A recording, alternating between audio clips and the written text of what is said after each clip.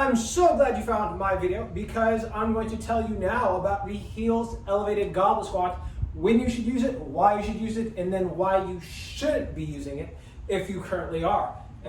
So once again, I have squat wedges, so I'm going to use that. That's a slant board kind of thing that you can use to perform your squats here. So the purpose of the heel elevated goblet squat, guys, is to take the legs through a larger range of motion while performing your squats. Whenever you have your heel elevated, that means that you don't need as much dorsiflexion in the ankle. So essentially, dorsiflexion, guys, is the ability for your knee to travel over your toe like such. So if my knee cannot travel over my toe like this, I have limited dorsiflexion. What I can do to get around that, of course, is I can take my ankles out of the equation. Elevating your heel does that. Now, is that something you should do permanently? Of course not. You should fix your ankle dorsiflexion. And there's a bunch of videos on this YouTube channel that can help you do that. There's actually an ankle mobility assessment on this YouTube channel that I recommend you should do to determine whether or not you should be working on your ankle mobility.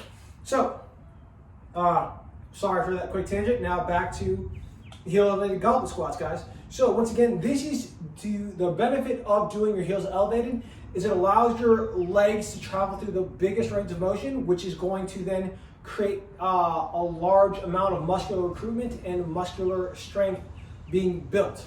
So squat wedges, my heels are going to be elevated here. I'm going to take my dumbbell and then perform my squats like so. Here, pretty much sitting on my heels, and then I'm going to come up. There, guys, this is the heel elevated goblet squat. How I recommend you perform it, keeping everything close to still. I'm not trying to provide a lot of torque here, guys, and extra rotation. I'm trying to let the knees just travel forward as I do this. Show you guys from one more angle.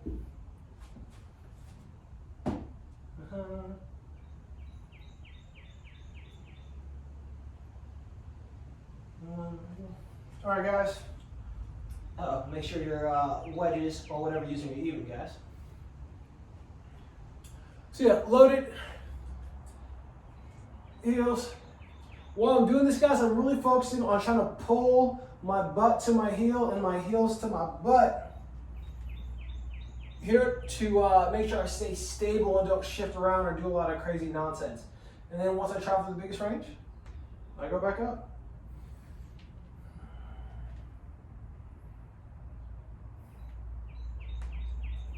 Yeah, guys, heel elevated goblet squat, great way to work on your leg strength bilaterally, allow yourself to build massive amounts of leg strength by traveling through a large range of motion, and of course get these leg gains.